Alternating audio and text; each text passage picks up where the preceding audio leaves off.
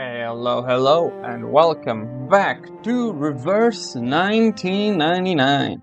So, here we are with pretty much the last piece of story of this patch. Not counting, of course, Farewell Rayashki, but I already read that one in my own time before starting the channel, so I'm not doing that. I'd highly recommend you to anyone watching that hasn't done it to play it. It's very good. It's one of my favorite events, honestly. So, here we are at the answering machine, the butterfly, and the literary. Oh my god, the word is so hard to say. Literary critic. So, let's start by doing the survey. Seeing how he works. Sport, inspiration, burst. Yes, he's an impromptu guy. It's kind of funny here. Let the overture begin. Anyway, let's go in blind. So, we're buffing up. He'll know what to do. Back. Do you have any? Always arguing. Build as much impromptu as you can. Bestowed by fate. Oh, that is so cool. The animations are very interesting. We need Look at that. Oh my god. Microphysics of power. Goodbye.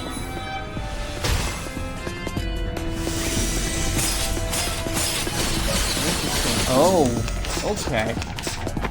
Please don't. Please don't. Okay. I So you. Aventura? As you wish. Relax. No worries. Oh, and he gives us more. Right, I see. Interesting. Is this truly what we've been searching for? I dedicate this song to you. Please, don't resist. Breathe. For everyone.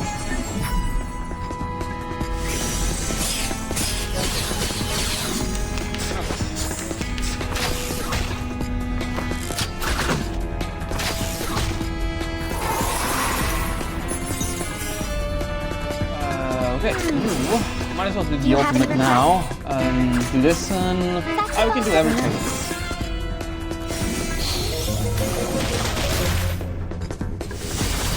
Stars.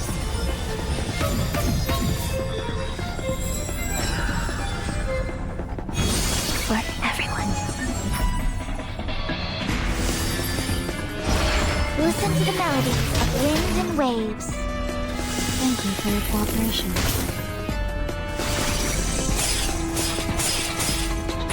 Damn, the buffing teams are really strong. What the fuck? The only top 2 enabler I have is Voyager, so not really sure what I can do with her. Arguing. Saxophone's end. Do you have any requests? Now for the crescendo with Fortissimo Tutti. We'll probably get Barcarola eventually. A wonderful dream. I dedicate this song to you. I want to see what his ultimate does. I don't want to kill these guys before, and I think they're dead. Yep. Oh no, they're not. Thank God, I can actually see his ult.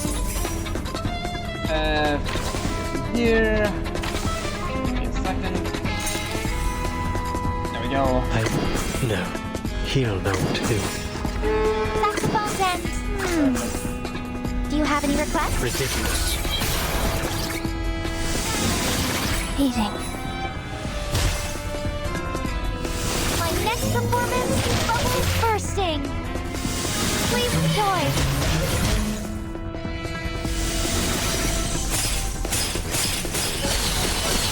Gee, look at that. What an awful racket you made. Okay. Now let's, A symbol of beauty. alright, okay, so we can do that. Let me just... Always arguing. A symbol of beauty. No. That, and this. Now for the crescendo with Fortissimo Tutti.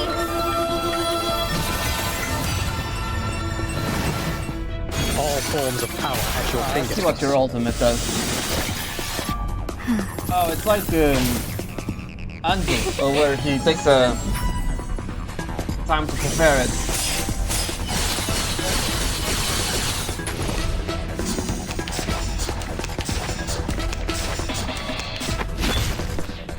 What an awful racket you made! Alright, let's see. Still not?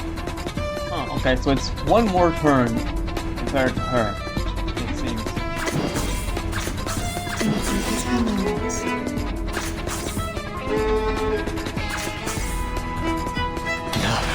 Never mind, everything. Futile, all of it. Nothing but a mockery of capricious fate. Oh! Goodbye. Oh, that's interesting. It adds more attacks. Stars. Oh.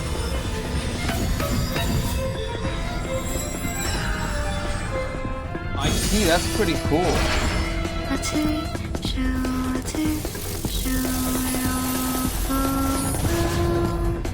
Yeah, For okay. everyone. That's interesting. We need simply rely on the microphysics of power. So many times she's doing the thing. Alright, that's 26. Gee, look at that. But yeah, prop to alright. Right, Jesus. Saxophones and a bandura? As you Is wish. this truly what we've been searching for? Ridiculous. We need simply rely on the microphysics of power. Stars.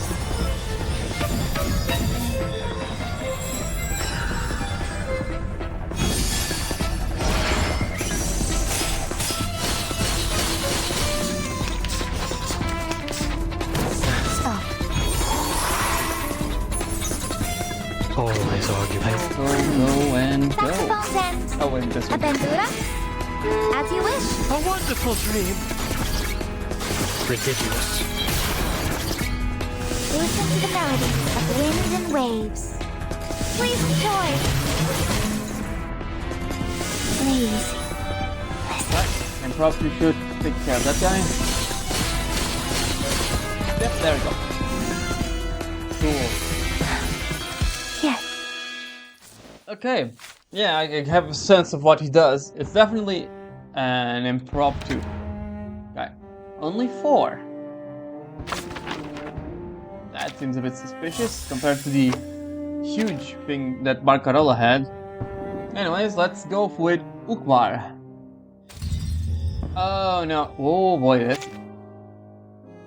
Is it like 1, 2, 3, 4, 5, 6 for each one? Oh man. Oh, what the hell? Oh, it's like Fatutu, which is not an a straightforward tale. Okay, Ukvar. At the far end of the corridor lies a cell filled with countless communication devices. A solitary figure, tall yet stooped, waits within its modern citadel, listening for the dominant voices of telephones, wireless sets, and phonographs to awaken. The black telephone. On the cell's leftmost walls hang a black telephone. Its metal casing is cheap and rusted. Manufactured in 1977, it arrived as a gift from the National Foucault Studies Association and the powers that be. The idealist. Okay, that's him. And still its prototype eludes me. This is a mere replica of a perfect form. As we seem doomed to repeat nothing but grievances, the futility of learning, and the medium of oppression and power, we might as well name this thing bureaucracy's most miserable mouthpiece. Zahir. Your choice of name is acceptable, yet still I see you're bending to your ideal. You cannot keep doing this, idealist, grasping only a fragment of a thing and then twisting it to your whims.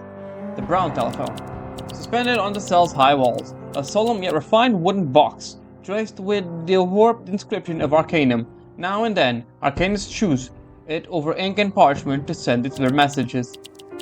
How then should I regard it? Or how I regard it, or regard them for that matter? Komala Prison and the so-called Manus Vindictae, living proof of dependency theory in its purest form. Your fears are far too radical.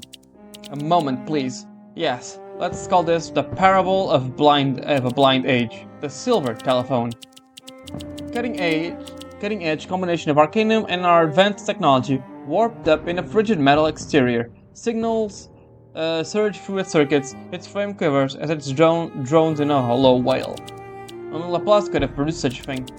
Observe how it's been altered in the most unusual ways, signals wandering through its delicate pathways, dissolving into obscurity, their source irretrievably lost. Lost, as we are in modernity. It's nothing more than an effort to conceal the identity of the person on the other end. You're right. Why are we bothering to even name these hood machines? This is the most worthless game of semantics we've ever entertained. We were waiting for a call. The telephone does not ring simply by virtue of our being here, just as Estragon and Vladimir will be forever waiting in vain. In language, we must deconstruct what is taken as truth. More importantly, what and when is now? Are we still within reality, or this is an edifice of our own memories recalled later? If we are only memories, then waiting for anything, even a telephone ringing, is a paradox. Caught between the endless avenues of what has to be, what has been, and what is yet to become. Oh my god, like every one of us. Patience. All we need to do is wait. A scene lifted straight from the great absurdist tradition. Our players today, the idealist and Zahir. Act 1. The human in pursuit of transcendentality. Our tragic star, Aleph, a human consumed by desire to grasp the primordial core of the world, to reach a singular philosophical truth, a concept with neither genesis nor terminus. He was proud once, certain that nothing could be more excruciating than the burn of the unknown. That certainly would break his pursuit. The certainty would break. His pursuit led him to the gates of transcendentality, where he understood that, at last, the key was scattered across the fabric of existence itself. Finally, one day, he devoured his Ouroboros, with unflinching resolve, a distilled fusion of sulfur and mercury, submitting to the forbidden elixir, as it unraveled and redefined his very form. He thinks to himself, I'll find the ultimate truth. And soon. Ring, ring, ring, ring, ring, ring. A sharp, piercing ring. A telephone dares to disturb the scene. Their heated discourse halts at each draws to the other side of the mirror. The man in the wooden chair gradually lifts the receiver. Hello. Oh, it's Aleph. Okay. So, Aleph, idealist, is having a conversation with himself, which honestly is on brand for him. Satisfaction surveyor. Okay. Good morning, good afternoon, good evening, and good night. Is that a... Oh my god, what's the movie name with Jim Carrey? Oh my god, the one who was all on the TV. Oh my god, The Truman Show. Is that a Truman Show reference? Good morning, good afternoon, good evening, and good night. Your continued support is invaluable to us.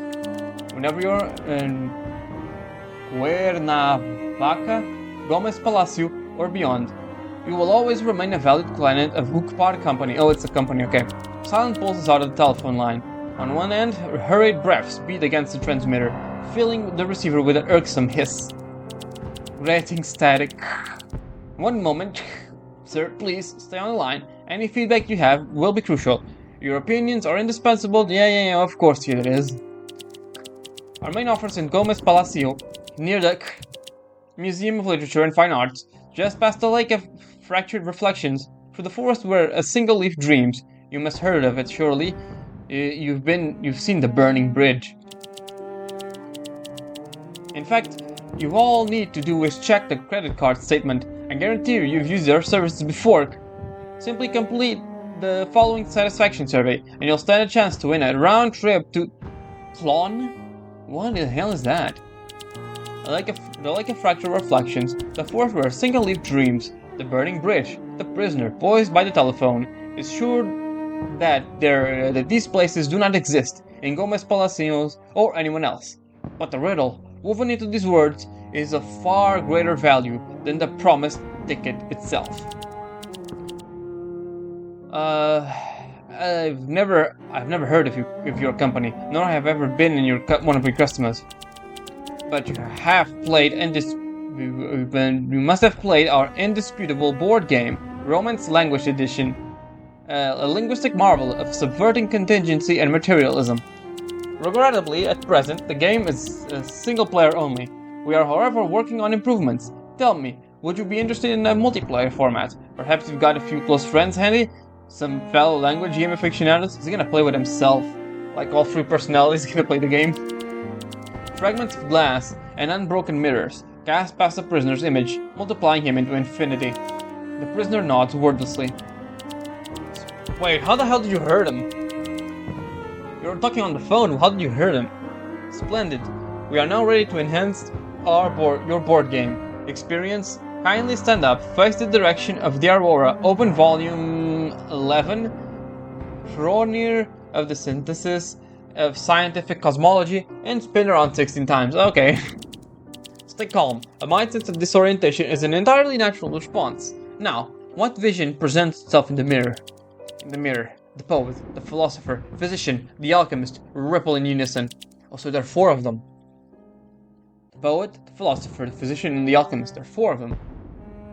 Let me see the Aleph. We got the guy in the middle, which is also Aleph, I guess. No, we got the physician, Aleph. Aleph is the guy in the middle, I think. Then we have the idealist. And who's the fourth one? Now, I need to check the second appendix. Idealism and contingency phenomenon concordance table. Then identify the corresponding notion you scribbled down at the top of your chart. And there you go. Your multiplayer upgrade is not complete. From now on, every game will begin with a simple action, placing a mirror at the map's center. Everyone knows, mirrors expand the world, mirrors invoke revulsion, mirrors embody the infinite. Naturally, we hope you will be understanding. This upgrade comes with a few flaws. It is not a seamless revision. Should you experience any irregularities, we recommend removing all traces of material reality from the game and reinserting them manually if necessary. Thank you for your participation. Tell me, what do you think of the game so far? The question is laid out like a trap, a test to reveal whether the prisoner is still imprisoned within the confines of language. A manual removal of all material elements in a consummate game of words. A brilliant reply, sir. Brilliant, yes. You have demonstrated a stellar understanding of indisputable board games' true significance. As it stands, our current understanding of reality is inadequate to unravel the mystery of this inexplicable call. We must anchor our objectivity in the solidity of being of itself. Through and through, and this course we will, in time, find our hands upon the door of transcendentality. Oh, we're actually playing, okay. Yeah, I guess we have to select this guy. Oh, we're actually playing the game, interesting. Ah, okay, I saw this in the trailer, but I didn't think it would be like this. This is, okay, the game.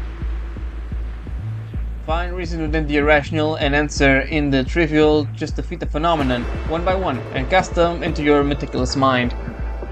Tap here to see the facts. Tap here to check the phenomenon. The phenomenon is about to interfere with us, get ready. At the start of each round, several memory dice are rolled for you. Tap the confirm dice to confirm these rolls, okay? You can select your memory. Oh, so it's basically like the,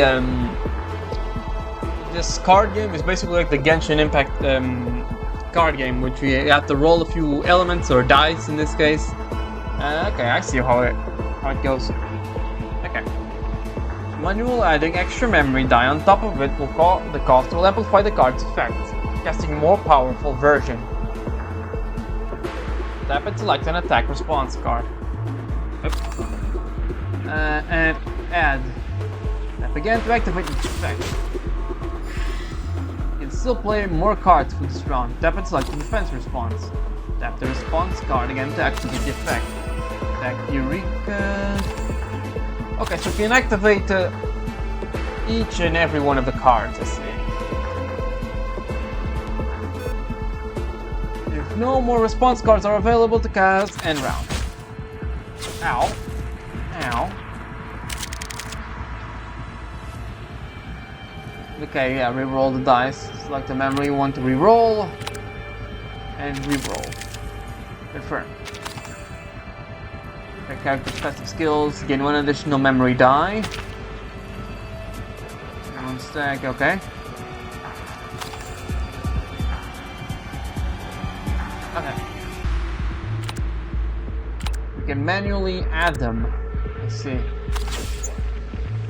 And with Eureka, we can gain a stack, deal 100% damage.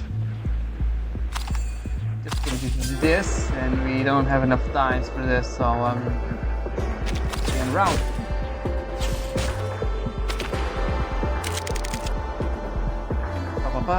I'm gonna re-roll.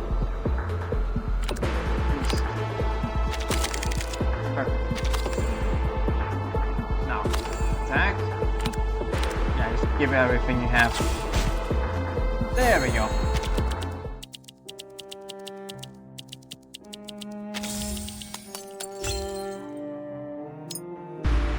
So just playing cards now, okay. We need a blue one for this one. Melee damage with these stacks of agony. Alright, let's re-roll this. Let's re-roll this. Jesus Christ. Give me one blue. Holy hell. Alright, I guess we can do this. Give me more armor and just... no. These two. Okay, go to town. Yes.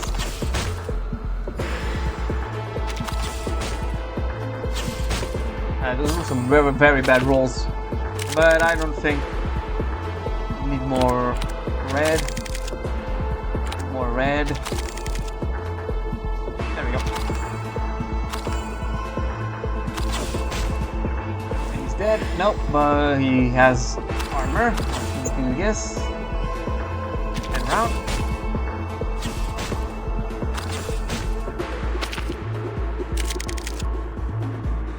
That's about right.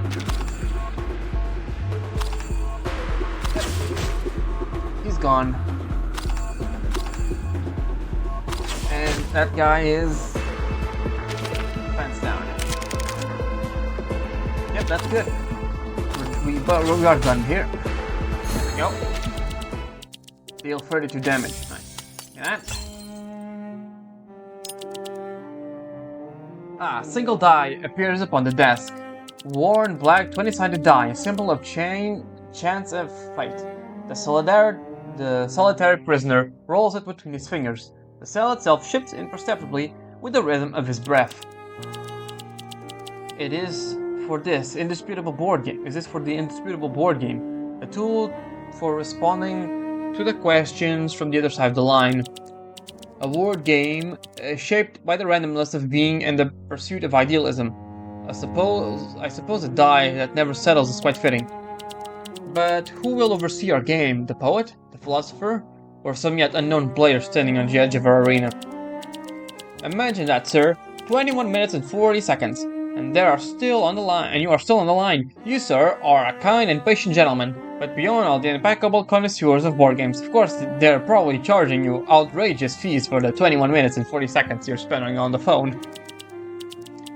The Ukbar company's business has covered every facet of human life and will, if no one stands in our way, eventually come to encompass every aspect of reality. Now, through the marvel of modern telecommunication technology, we intend to help you become a part of the inevitable. Grand ecstatic. But our work is far from over. Within a global corporeal empire like Ukbar, there is always more to be done. Each day I will traverse the burning bridge. Oh, forgive me, sir. Back to business. Have you got any pastimes you'd like to share? Or shall we say, preoccupation? The answer to that is both singular and infinite. Really, sir? I don't mean to offend, but I wouldn't call answering a phone a pastime. Even if sometimes something I happen to do as well. It's far from the thing that strokes the fire of passion, haha. Now, as a fascination with linguistic paradoxes, linearity, or lack thereof of storytelling, psychology, and speculative fiction, those are true passions. Perhaps that's why the company decided I was so well suited for this role. Only, I admit that lately, things have been unusually complicated. Ukbar has a way of erasing memories. Huh. Is it arcane skill or merely idealism? Can't say for certain. What I do know is that I've been searching for a number. A forgotten one. A woman's number. I wonder if it's Recoleta or, Erd. I heard her voice, always ceaselessly and always loudest when I step into the burning bridge. The static sharpens to the point of becoming unbearable. Then, the unnatural silence that follows, the prisoner hears an echo from the unknown. Hi, no, it's a different character altogether. Hi, this is Laura. I'm not home right now, and to be honest, I won't be back for some time. I'm exhausted, and I just can't stay here any longer. But one day, I will return.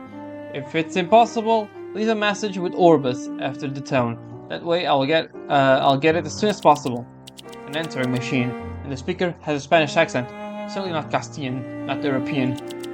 Latin America, Spanish-speaking territories. Argentina, Mexico, Guatemala, Peru, Chile, Venezuela, Bolivia, Cuba, Costa Rica, Panama. Why not dial every number of these regions? Jesus Christ, do you know how many people live in those countries, my man? It would take years. It eats away at me, sir, day in and day out. Confined to the coffin of a cubicle, I find myself asking, where has she gone? Has something happened to her? Is she safe? My mind turns more and more into darker explanations that something has happened, that her life has become unwound. I just want to help her. Maybe she has someone I once knew. I can't remember much of anything from before. Sometimes I'd rather she was just another customer and nothing more. I need to check on her again. Making calls is what I'm best at. And I can keep calling forever, or for as long as I stay in Ukbar. Until I've gone through every pattern of numbers, every one of them. Again. You're absolutely right, sir. Sooner or later, I will find her again. Okay. So, is this like Aleph is helping? For emphasis, the guy on the phone. I will say these images are creepy. Look at this. God damn. I really like the creepy art for this one. Deals 32 damage. Okay, let's try that. We need just blue things. I doubt we're gonna get it. Oh, we got it. Nice. Boom.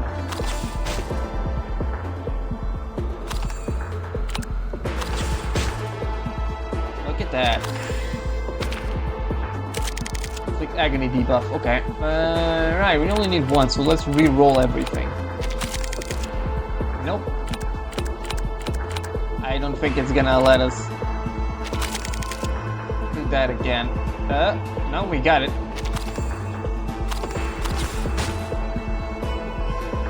Right, let's shield ourselves and round. 14 damage to an enemy, and this thing needs 14, needs... So let's see now.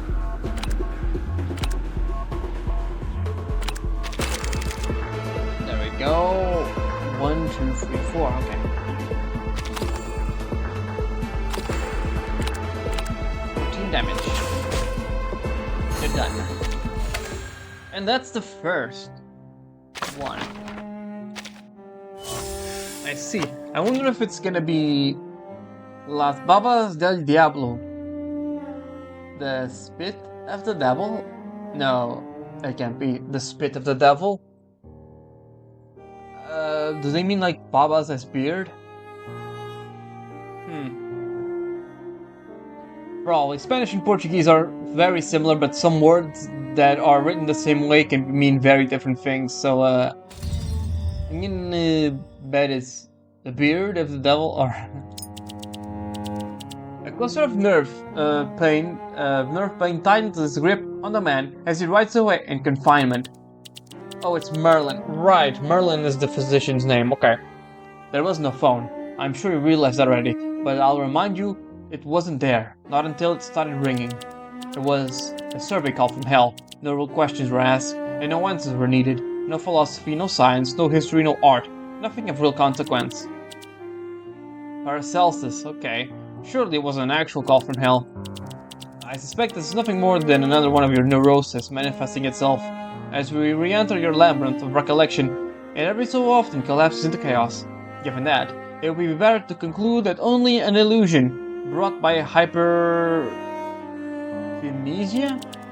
Fragments of discourse interlace, shaping a story both novel and obscure. Like Las Babas del Diablo, the threads of reality stretch in myriad directions, linked by some unknowable force. What does it suggest? That we're mentally compromised? How positively unlikely.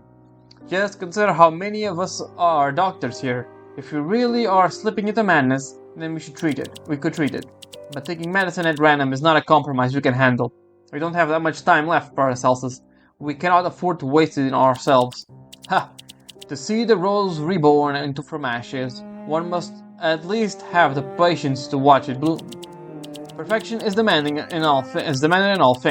Even the tiniest particle of dust could doom the creation of the elixir of immortality. Every alembic, every ember, every vial must be meticulously positioned without deviation. But achieving such a precious precision is too difficult. Wouldn't you agree? Of all of us, you stand closest to our triumph, Master Alchemist. Paracelsus is the alchemist. Okay. I mean, yeah, okay. He's the alchemist in real life, too. At least the name. I'll look to you. I'll follow your guidance. And yet, are you about to claim, as Aleph does, that beyond this point there is only emptiness? No, of course not. I'm only pointing out that we can't afford to lose ourselves in these infinite minutiae day after day. Mental fatigue is an inevitable consequence of the strain we put ourselves through. I have walked this path for many years. The rose nourished by the fountain of immortality has remained unchanged for 1,000 days. But who can say they will tomorrow? I have done everything within my power. The rest is in the hands of God. Beep beep beep beep. A monotonous beep beep beep beep. The darkness stirs as an old, worn screen flickers in the darkened room. A dull tone perishes, rippling through the stagnant air inside the sealed glass. The rose trembles as one of its wilted petals fall. Oh, is this a Beauty and the Beast reference? His hand rises, hesitating for a moment before selecting a chat window that has long remained dormant. You're back. We are aware of it now, but awareness is not enough. Our theories are insufficient. Our knowledge incomplete. We need more. More books, more truths, more reality. And we are using Aleph. Part 2. For his body, sorting through memories has become a burdensome task. One personality after another assumes control, each using vastly different methods to handle the task. When starting a new character, you play a new No shit. The new response cards. Tap here to check the little skills.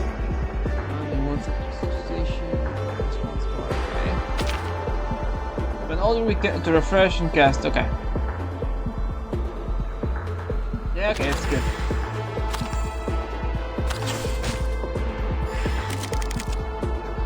And gain 2 Eureka. Oh, we can just use this infinitely. That's good.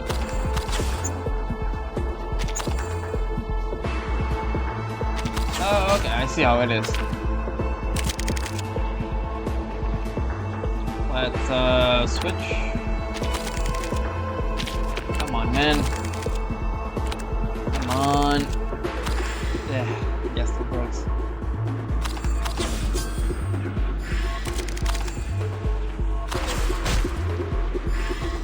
Alright, we're done.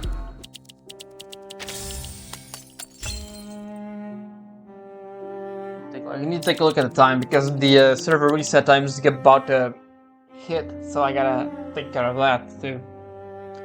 Endless scrolls of messages spin across the small screen like a noisy virtual neighbor, disregarding any notions of consent. I don't know what the hell that was. The linguist. Okay, there are more personalities and there's something unusual in the way this dialogue is unfolding. Who in the right mind would greet a person missing from over a year with "you're back," as if your last exchange had been a few minutes ago? Okay, give me a second. I'd be willing to put money on it. You have no concept of time whatsoever.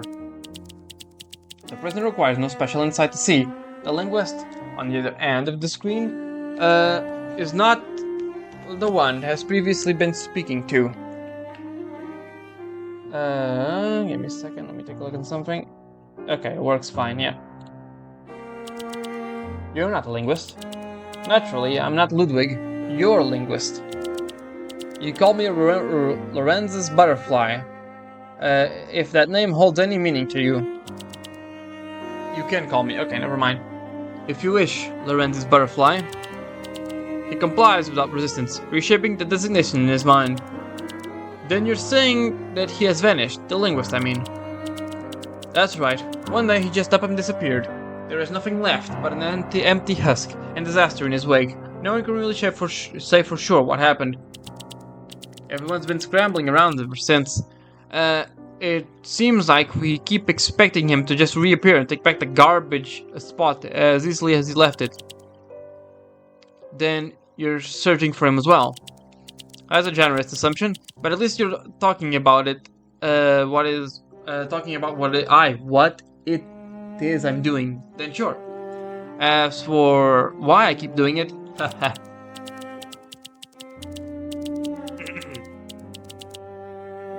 then let me paint a picture for you. I'm in a long abandoned office. Now how I got here is irrelevant. Let's just say I'm a certain researcher, a certain research institute, security team dropped the ball. The place is empty, worthless, except for this 3x6 computer, formerly property of all your linguists. Getting up and running without setting off any alarms wasn't easy. I've said 1,000 times before. Refined dragon free resin is a disaster waiting to happen. What? Okay. Using it for any electronic device was madness. Now the entire circuit board is crawling with these damn critters. This computer is much like the linguist, has been weighed down by utterly gratuitous affinity for classical design. All things considered, the fact that this thing still functions is nothing short of a miracle. Laplace Lorenz, 5th robber researcher arcanum linguist. The prisoner orders and reorders the words in his mind, absent of ethical weight. So far, no answer presents itself.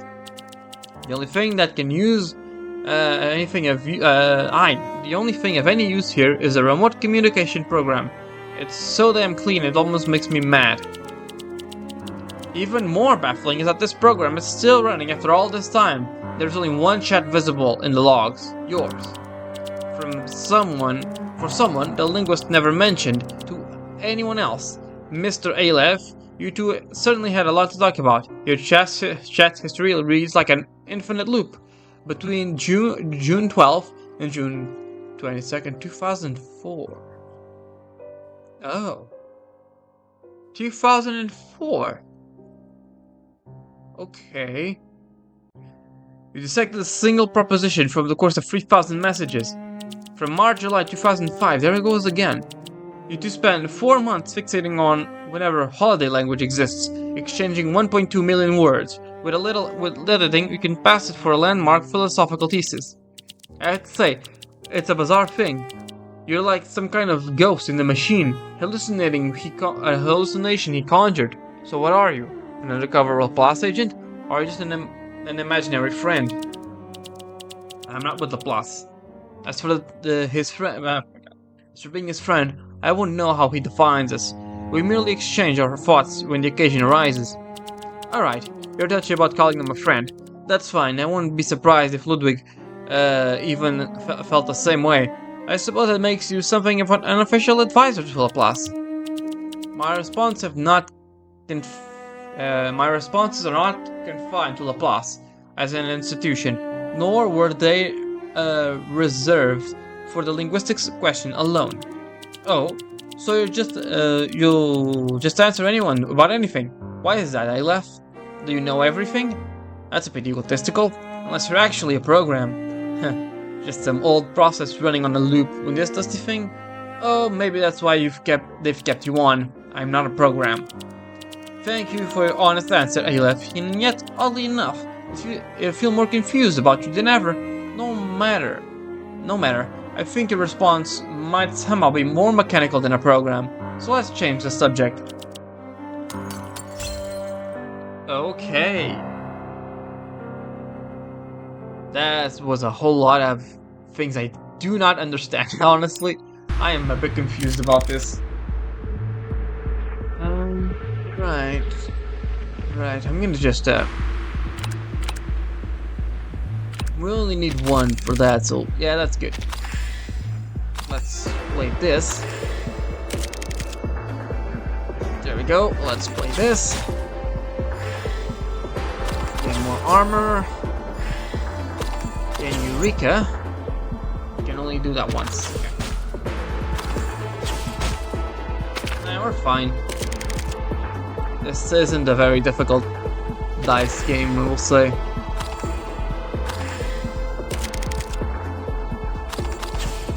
Boom, he's dead. Gain armor. And round. Yeah.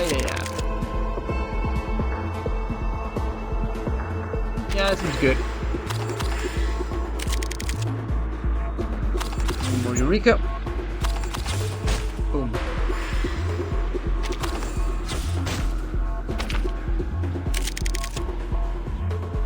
Yeah, that's fine.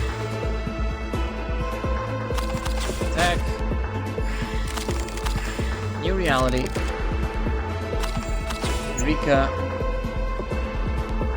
More armor. Uses skill. Attack. New reality. And armor. There we go.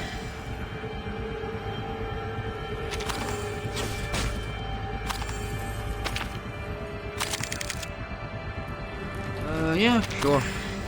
That should be enough to kill him. Nope, it was not enough.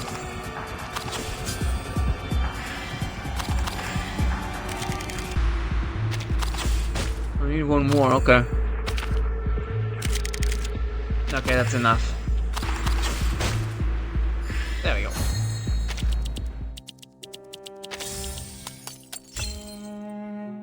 Check, I guess we have time for one more. Okay. 2 books rest upon the unpolished wooden table before him.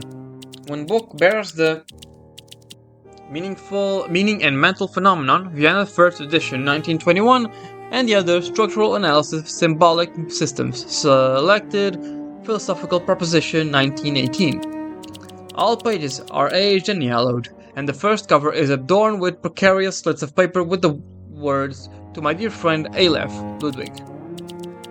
The books rest against each other at a calculated 20-degree tilt, an arrangement that forms a structure both intelligible and functional. Problems do not truly exist, ingredients of complexity. They are, at their core, a series of problems. Every problem must have an answer, and each answer, in turn, may lead to transcendentality. That is how it is, isn't it? You know, I dabble in the little side business, purely for the enjoyment of it, which has led me to some unusual encounters. But a screen-bound conversationalist claiming to possess all the answers to the universe, now that hits the top of the top 3 most bizarre things for sure. Second place, the arcanist who was erased from the very fabric of society. A few years back in Luxembourg, I was tracking down, researching an arcanist, when, overnight, he simply ceased to exist. Maybe it was a curse. Whatever it was, everyone forgot about him, which in turn made my research obsolete. Apologies. You'll find I enjoy exploiting from deciphering my subjects' minds until I get the full grasp of them. It is really the only way to find some joy in the work. As for the strangeness of it all, it was something that happened in 1999. I was at Cambridge, sitting in a philosophy class, when the bird-headed professor suddenly stopped mid-sentence and declared that being a philosophy professor was the most absurd profession in the world.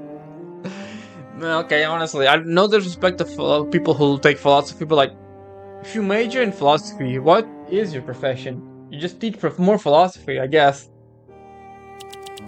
No sooner than that, he left and resigned his post. Another investigation cut abruptly short. Thief, assassin, sociopath, Laplace, Lorenz. The scattered words solidify, locking into a discernible pattern. This time the prisoner has his answer. You're an assassin with talent for analysis, and the linguist is the latest of your targets. If you're looking for the linguist's location, I cannot help you, at least not yet. Your identity is irrelevant. I simply do not know. An absurd truth, but that compels such an unguarded honesty. Perhaps because he is even less of a threatening conversation partner than a program. Don't be so hasty, Aleph. For researchers and assassins alike, truth is like Las Babas del Diablo, thousands of strands, impossibly tangled, forming patterns that twist into incomprehensible messes. But what you mistake for incomprehension is merely the first flicker of a clue. Tell me about your work, you and your linguist. I want to see what kind of cosmic embers your twin intellects have sparked. The linguist and I, or to be exact, he and the idealist, have been engaged in the pursuit of perfect linguistic framework. Is that so? Then you believe in the possibility of a perfect language. There are languages whose phonetics are widely regarded as elegant, and others valued for their communicative precision. Yet among them all, I found no single language that embodies perfection. Yet the idealist is determined to create a language that tolerates no vagueness, one in which every term is precisely refined and controlled. In his endeavor, he and the linguist are aligned. The linguist held that only by building and maintaining rigid definitions would we be able to erect a true foundation of metaphysics. Completing this task would eradicate the notion of skepticism that has persisted for a century and resolve the nascent contradictions of empirical inquiry. Each of them sought to create a linguistic framework capable of encapsulating their own understanding of reality. I see why you got along so well. Someone's coming. We'll have to put this on hold for now. Details of your perfect language model, I have a feeling they hold more pieces of the puzzle behind the linguist's disappearance. I will unravel those babas del diablo. The words twist and distort before the prisoner's eyes. They unfurl into a band of digits and keystrokes, their logic forming an entire world and revealing the prisoner's sight never before them. A dust-covered office door opens as a security officer storms in. Identify yourself. What are you doing here? This entire floor is off limits. Me? Oh, I just happened to be passing by and noticed the door was open. If you wanted to point fingers, maybe start whoever let this place unlocked. Step away from that device, ma'am. Oh, okay, no, I was completely wrong. It's, I wonder who this is. You're in direct violation of Appendix 3, Section 68 of the LSCC Safety Management Regulations. According to protocol, I have no choice but to... Hold on. This is a piece of history right there. You need to respect its delicate circuitry. Handle it with care. Ah, great, now you've gotten riled up the critters. A swarm of critters surges from the machine, sorting its circuits in an instant.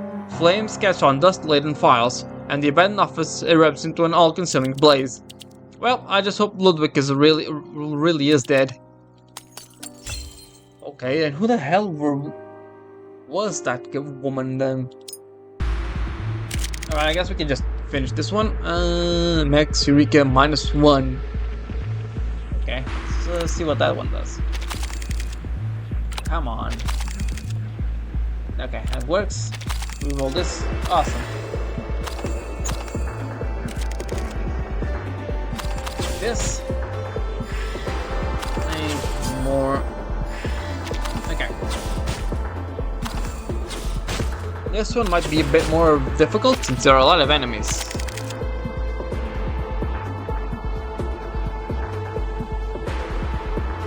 Let's go with this. Let's go for New Reality.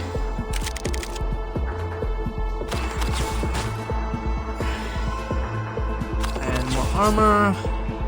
Damn, I should have left the one blue thing. Right, so, yeah, let's leave that. Let's leave one of these and try to get one blue. Let's try to get 2 blues. Nope, okay. Let's get Eureka.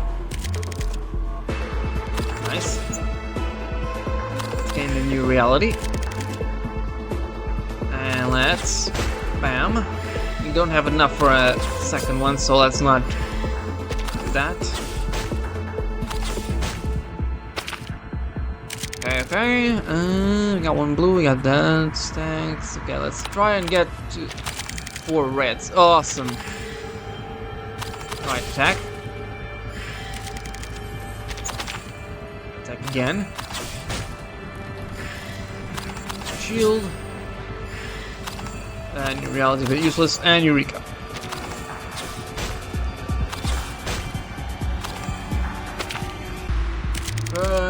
Yeah, we got 2, 1. Oh, we go. It's perfect.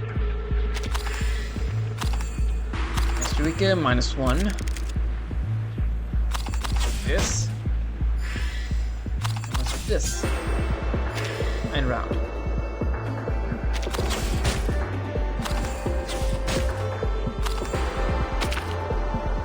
Guys, survival with 1 HP is a bit annoying, but okay. Let's just re-roll this. Awesome. New reality, maybe. Awesome. Can attack more than once now. Ah, man, it was so close. Alright, that's about it. We finish up in the next round. It's locked.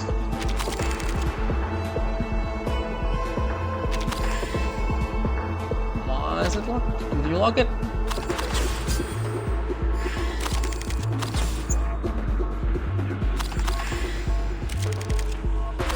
Might as well just get this. Okay. It's no longer locked. Right. We can just finish you off like this. There we go. And that's Baba del Diablo. Alright, I'll make a little pause here and I'm gonna stitch the videos back together. Alright, see you in a little bit. And here I am again. Ah, man. Sorry if I have to clear my throat a bit. I just had lunch, so yeah, might be a little... Right, anyways, let's start. El Gusano. The other party's online indicator turns grey, never to light up again. Zahir. I rather enjoy talking to our friend from the computing center. They're such a diverse bunch, always thoroughly interesting. Friends, interesting really. Textbook sociopaths, hiding behind the valley of academia. Is that what you consider interesting? As for a remorseless predator who delights in dissecting others, all they've done is flail about looking for clues to find their various prey. Vanished prey, I mean. But they aren't our problem yet. The only fitting destination for an arcanist criminal is Komala Prison, right beneath our feet. If circumstances allow, we'll ensure this assassin to get as an invitation. Maybe she's too caught up in her research. We shouldn't impose undue interpretations on her words, considering how language itself defies definition. Analyzing the inner logic of language grants insight into both the universe and our place within it. Starting to sound like the linguist. It's an alluring thought. After all, why isn't the transcendentality we seek inextricably linked to the definitional nature of reality? The linguist has posed that language is merely a totality of propositions, just as the world is a totality of facts. The direct mapping between them suggests that the world possesses an inherited linguistic essence. Then it's through language that we shall uncover the fundamental essence. The world has no inherent essence. The transcendentality we seek cannot be articulated through language. I won't even entertain the idea. Even your antipathy to the concept demands at some level that you have studied it. Ah, Merlin, Like when you wrote that scathing review of your young novelist's manuscript. You can't deny it. You finished reading it. Aleph did. By your logic, we are merely constructed entities from the fragments of Aleph's infinitely reflective mind. We are Aleph. Your rhetorical prowess is admirable, but not when I'm the target. Why not invest that effort into your theories? Tell me, Zahir, have you found your single-sided coin yet? A coin that shows its observe and reverse comprehensible only through a dialectical lens, yet never the same in any two pairs of eyes. Why didn't you tell me first? When did this pursuit of transcendentality become your excuse from escaping reality altogether? So I haven't found it yet, but the success of my search is not dictated by my effort, nor by the whims of interest. I will find that coin, but when I do, it will come to me in some unguarded instant, a moment that defies all efforts. Still, to get there, I must study it endlessly, until it's indistinguishable from my very being. Buzz, this discordant electrical current. The futile flash of thoughts dissolves into nothing. In place where the borders of reality and dream collapse and blur, the prisoner takes hold of a black radio inscribed with arcane symbols. He adjusts the dial, sifting through the frequencies. Next channel. No, now doesn't that just feel great? Sink into it. The idealist. Alright. 6 all-encompassing language, and... Oh, nice! Gains free Eureka, what does he do?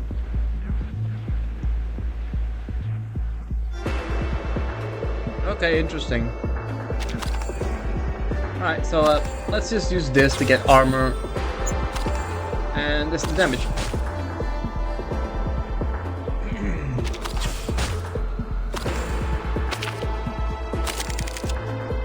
That one's locked. That's good.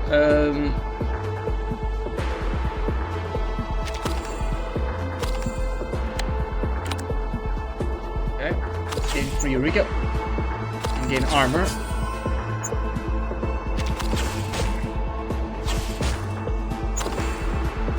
Okay, that's what he does. Interesting. He does passive damage. Okay, so he can't. Interesting. I see how it is. Yeah, so. No, not that one. Let's use this one. And let's get armor. More armor. Yep, and run.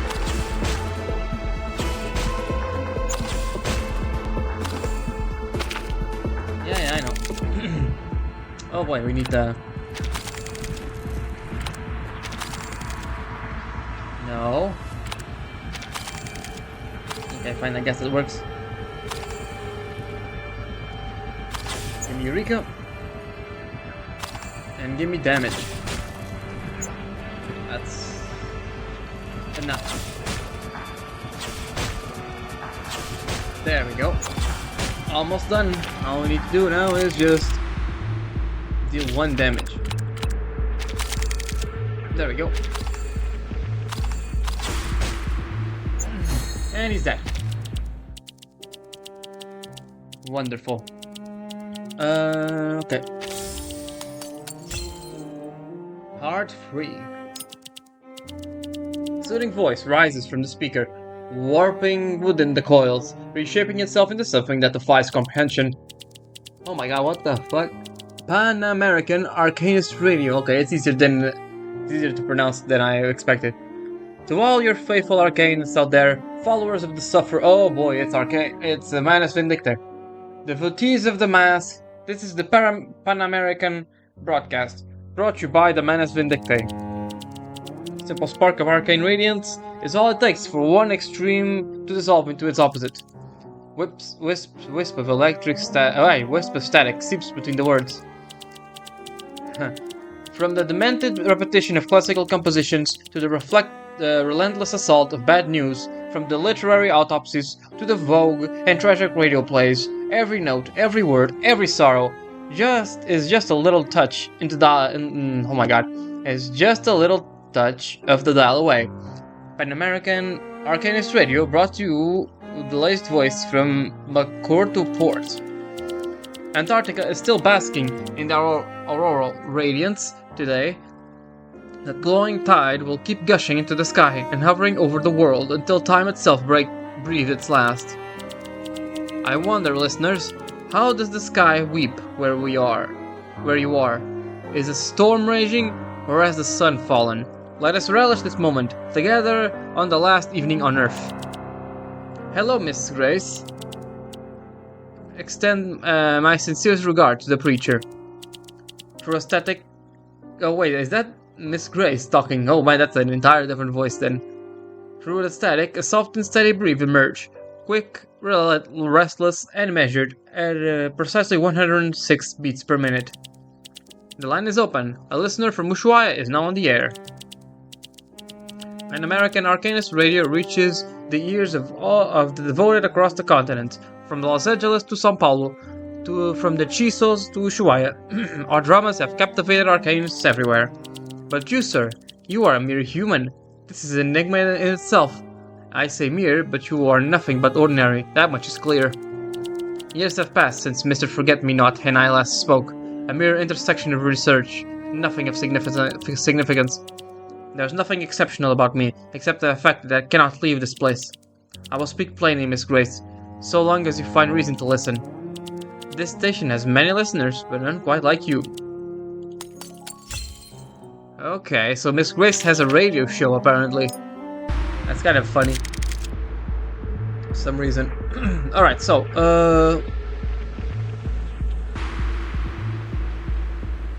let's re-roll one of these. Come on. Come on. Holy hell.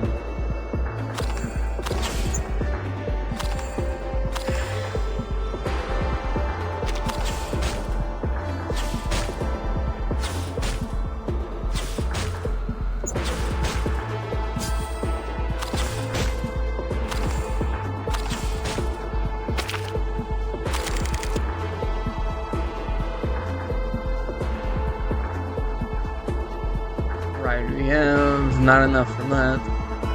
Let me just gain this. Gain Eureka.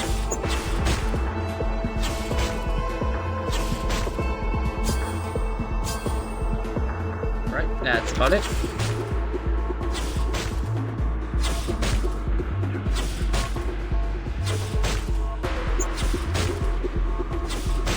Yay, that one's done.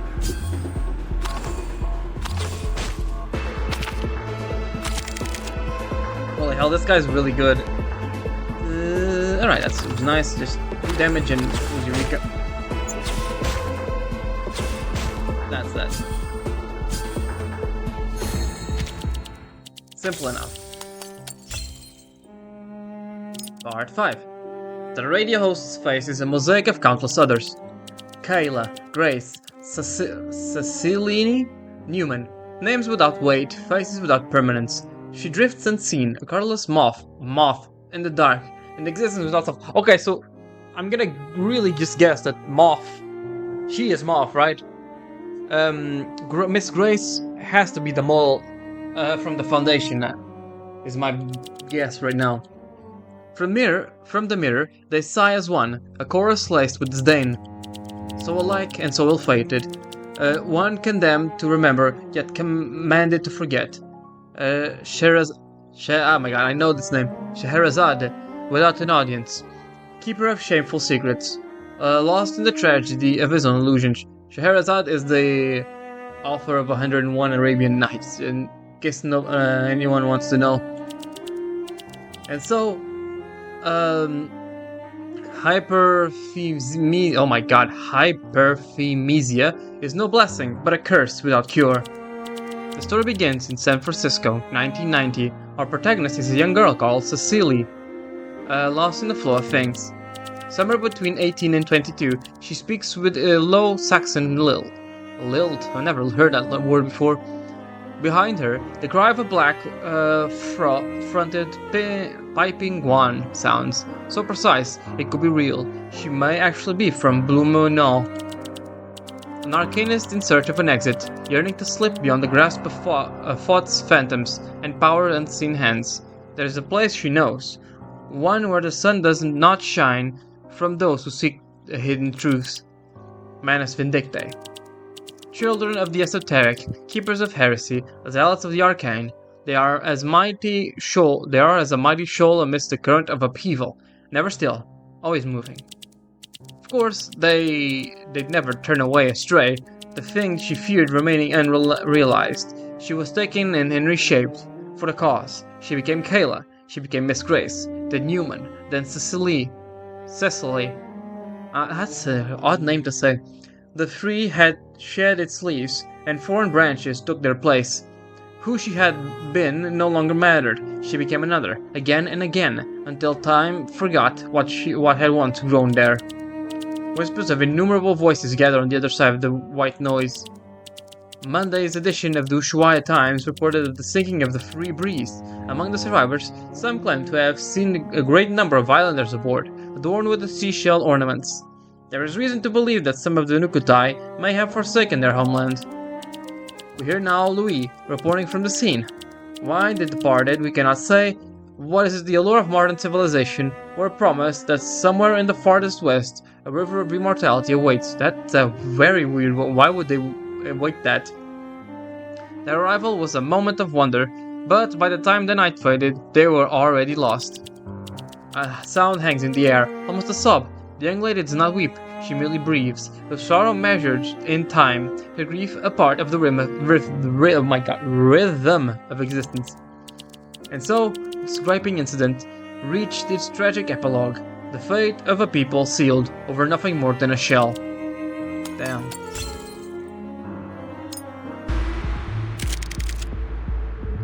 Oh, we're fighting a Manus dude, woman this time. W, current Eureka. Okay, need a blue one. Fucking hell, are you kidding me? There we go. Give me Eureka.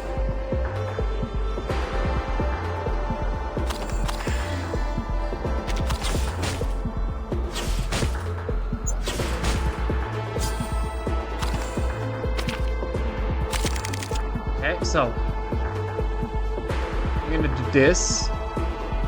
Then I need this one. I need a blue. No, I don't need a blue one. Alright, now this one, and then this one.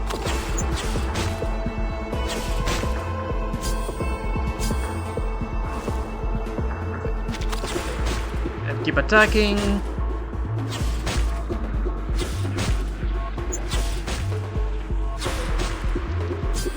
Look at that.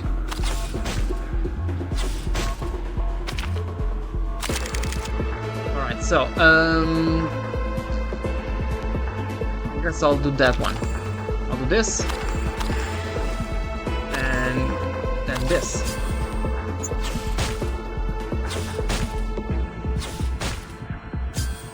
And then this to gain Eureka.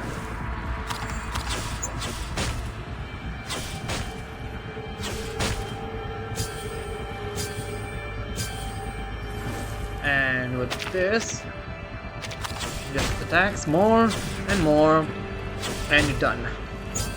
Damn, this one was he's the best character at this card game, holy hell. Cuentos completos.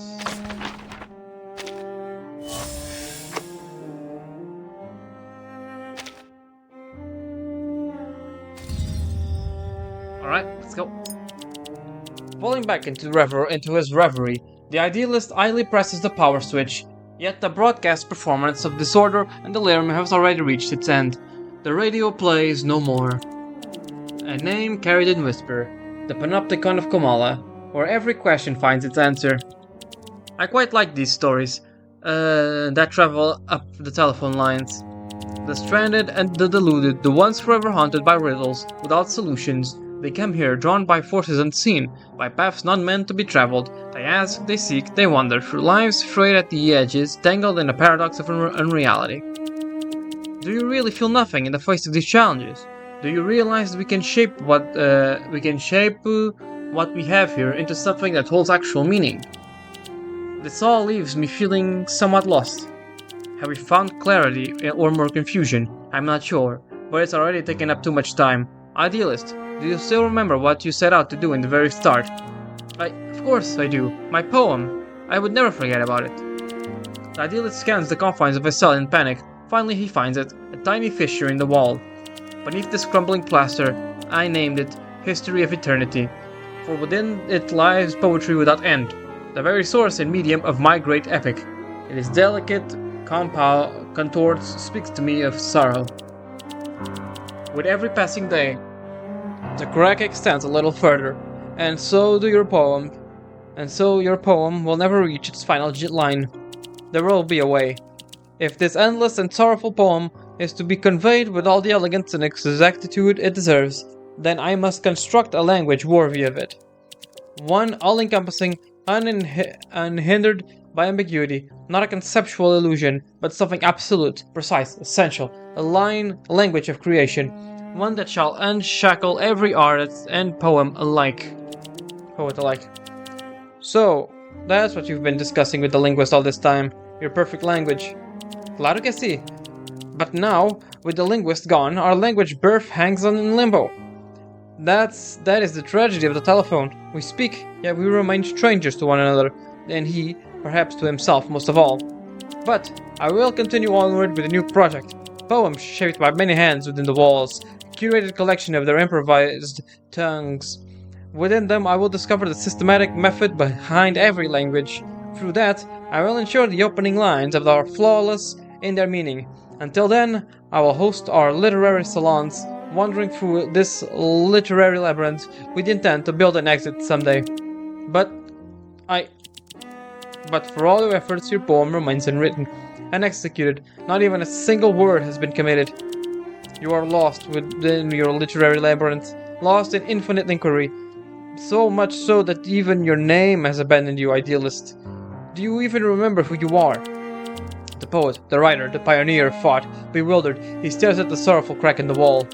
Who am I? Ring ring, ring ring ring. The line stirs once more with another call from the outside world. It never ends. Lift the receiver and vanish into the interplay reality and perception. To lose meaning is to lose yourself. In the end, he will vanish within his own story. It defies reason. Why haven't we reached transcendentality? Not even the door. The door seems within sight. I cannot fathom it. It is all this meaningless. How are we condemned to stand on the edge of that which cannot be spoken? How does one bring about the end of the endless? Zafir.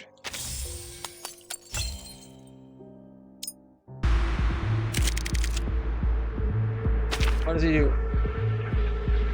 Okay.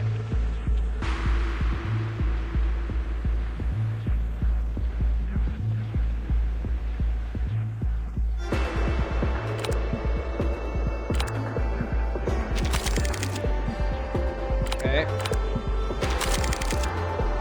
Come on, give me a... I guess. Yeah, okay.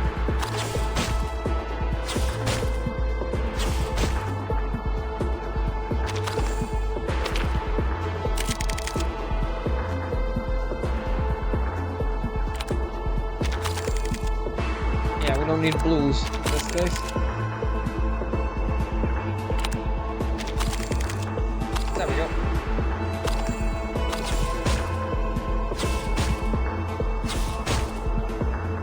Perfect, and now give me armor based on that.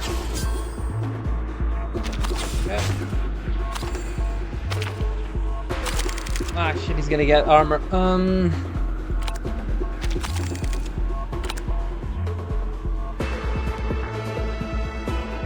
Okay, let me take a look. Oh, we can. Interesting. Okay.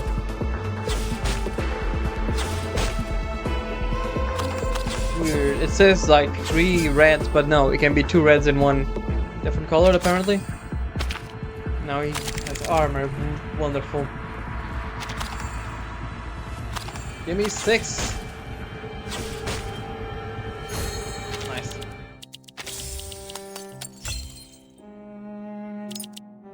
The wind whistles. It cascades over the Atakan Plateau, scouring the sands into the highway.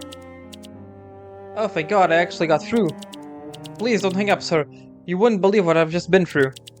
We're stranded in some highway in the middle of nowhere. Wanna know what I can see? Well, sand. Sand dunes. Endless sand dunes. No villages, no steeples inside. Only a highway, half buried beneath the desert. Wolves looking behind the dunes. Not even a single cactus. Damn, sucks to be you, my man. There's a sign just ahead. It says Cuentos Completos. It says we're on the Cuentos Completos. That's impossible. I've lived in Antofagasta long enough to know there's no such road. There's nothing else around here apart from this phone booth. Weird, isn't it? A road to nowhere with this strange relic of something that once was, and somehow it's now my only hope.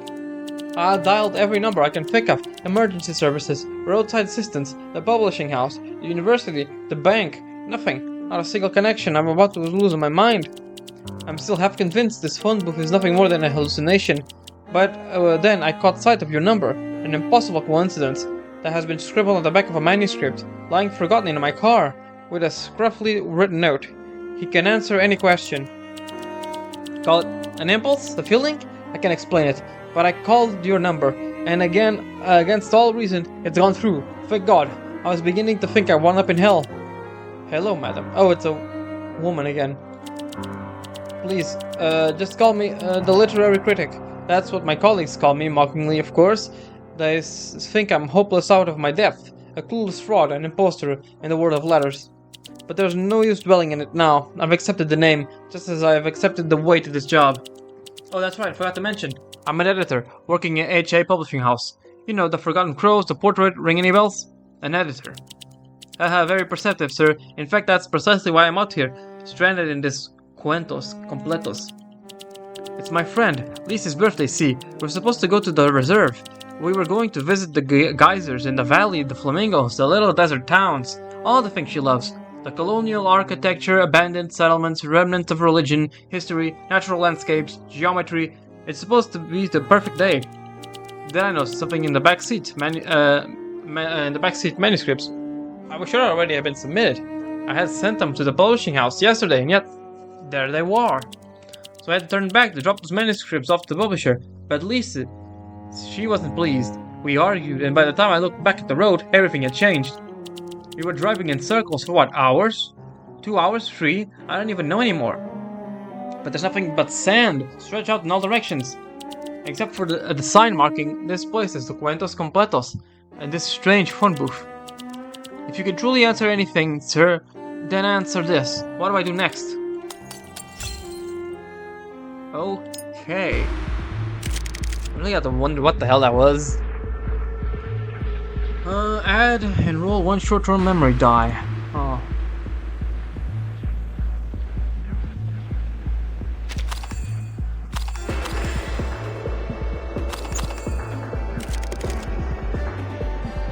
Nope. Come on. Come on. Ah.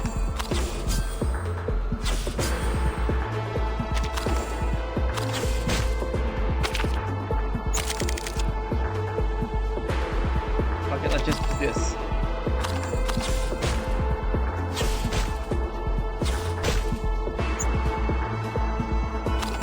Let me see if I can get a yellow one. There we go. It's locked. Never mind. I got nothing. Ah, isn't that great? Right. We can get the blue one, I guess. Let's go. This guy's just dead, so that's good. Okay, let's get some armor in us.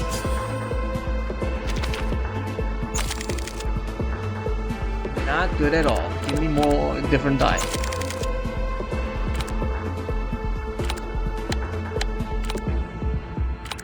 Come on.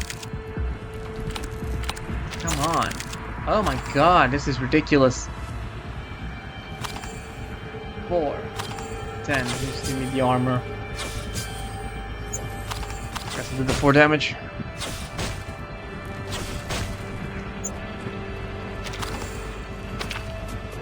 And 7 armor is the next one for him. Oh, it's locked. Damn it.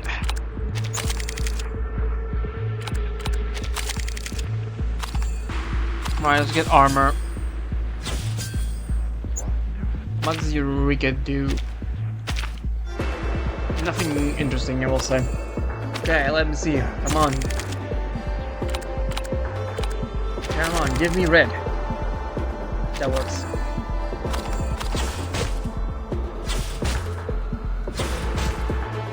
There we go.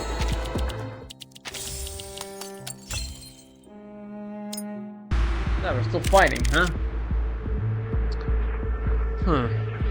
Alright. This is basically all the dice, so let's see. Give me that. I guess I can just throw this, see if I can get anything. Guess that, why not? Give me more armor.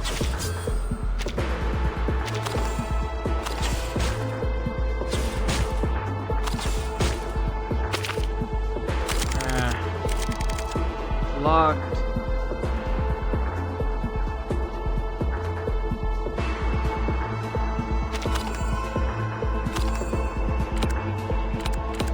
Okay, let's just use this, why not?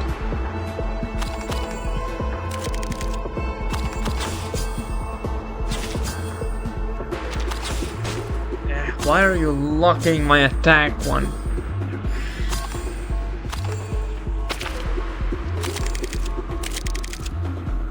There we go. Alright, we can re-roll this, damn it. Alright, fine, let's just go for 15. Okay, go for 9.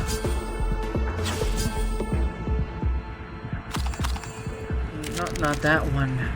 But fine, whatever.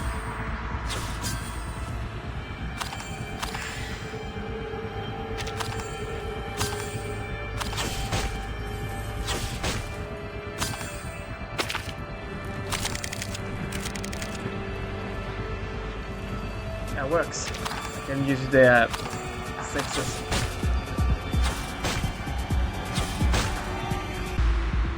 And the expectation, just use this. And round.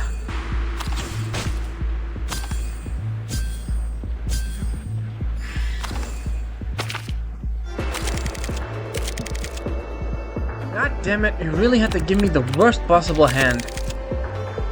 Guess that works.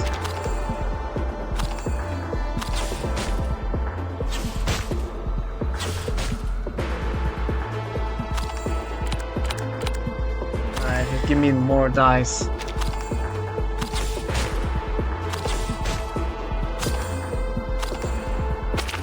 Okay, so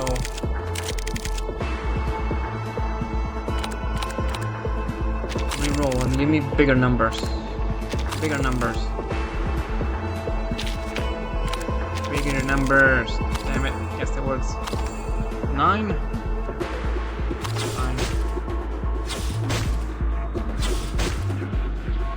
Give me armor. Give me expectation. Right hand round. Now I can attack. Damn it, why? This is annoying.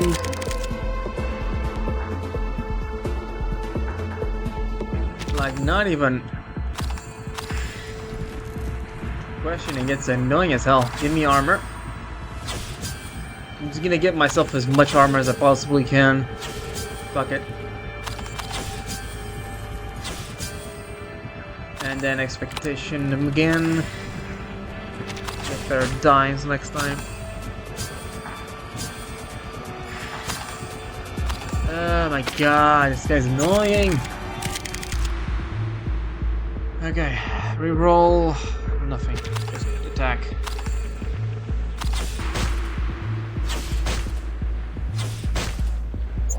At least we got something. Attack again, even if it's just 3 damage.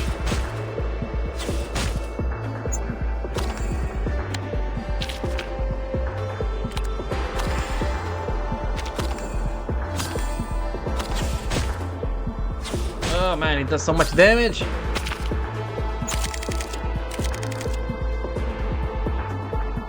Come on, my god, give me better dice than this. There we go.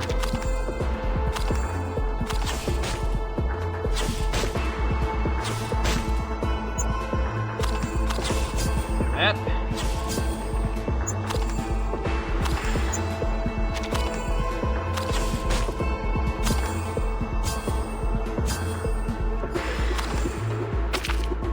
Okay, so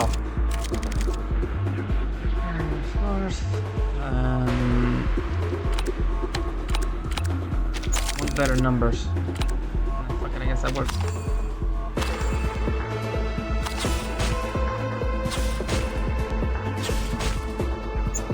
Ah, so close.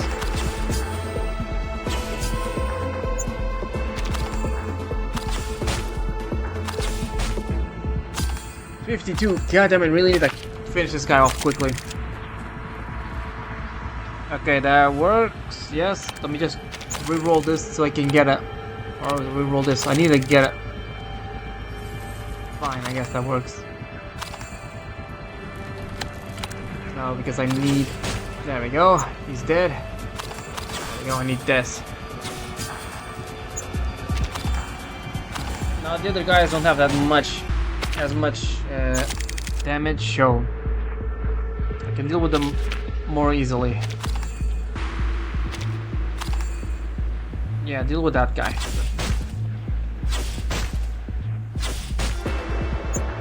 And now defend.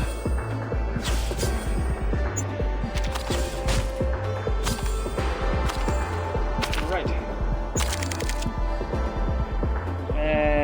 Let's try to re-roll this one. There we go, that's enough.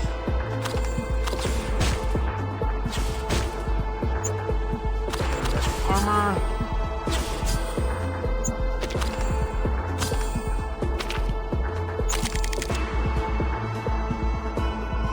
That's good, I guess. Switch this one so I can get armor. There we go.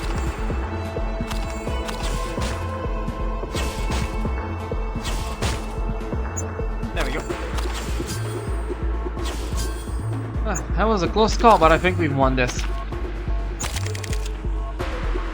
1, 2, 3, 4, 5, 6. Let's re-roll these. Alright. That should be it.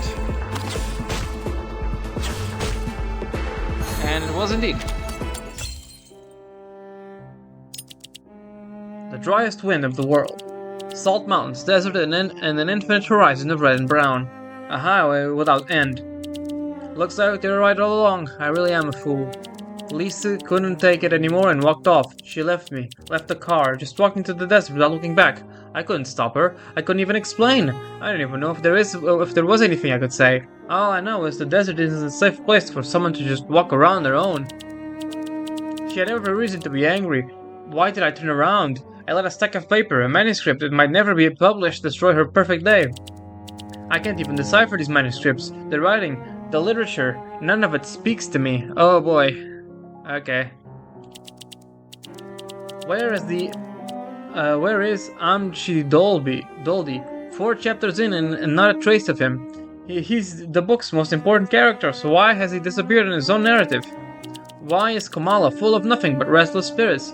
And why is that the dead can talk to the living? What compelled Pierre and Menard to rewrite Don Quixote? How can one man produce a text identical to another's word for word?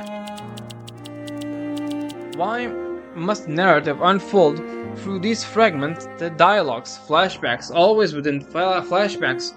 Where did Santiago and Ambrosio actually meet, if they ever met at all? Can you give me an answer, Mr. Aleph? Why is the world of words like this? Perhaps I've been looking for meaning where there is none. I guess this was never the right job for me. I see that now. The publishing house is barely scraping by, and honestly, who still has the luxury of reading these days? It won't be long before the Autofagasta branch shuts its doors for good, and I can't do a damn thing to stop it. I don't even understand what I'm supposed to be doing. We all keep at it. But what's the point? If nothing about this place has meaning to you, then the simple solution is to let go. That's it? Yes, I see. Thank you, sir. You're absolutely right. Sunset. A crimson radiance spills across the borderless sand. With a heavy sigh, Monique slumps against the car, burying her face in her hands. Footsteps crunch through the sands behind her, then the sound of a leather soles on loose stones. She lifts her head in disbelief. I'm sorry, Monique. I shouldn't have left you alone. I just needed a moment to myself together.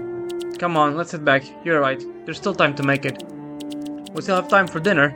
And as an added bonus, you won't get fired. This isn't exactly the best time to be unemployed. No, I'm the one who should be sorry, mi corazon. Forget the publishing house. I'm done with that place. Monique grabs the manuscript with firm conviction, tears it to shreds. Wait, Monique, what are you doing? The hell with these stories. The hell with everything. Today's your birthday, Lisa, and all that matters to me is you. Let's go. We'll follow this road, no matter where it takes us. Even if we lose our way, even if we never find our destination, I can't think of anything more romantic. Can you? Monique, Hop in. I'm gonna give you a birthday you'll never forget. You only turned 27 once. Mi amor, this is already the most wonderful birthday gift I could have wished for. This day belongs to just you and me. I'll remember it for the rest of my life. The engine rumbles as the car starts up again. The desert lifts the scattered manuscript scraps. Their torn fragments dance in the breeze, momentarily revealing the title. Oh, The Rise and Fall of Sanity, Recoleta.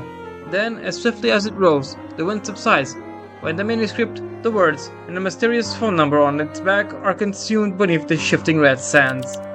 A red sedan speaks down an unknown highway, shrieking from sight until it ultimately vanishes in the horizon. Wow.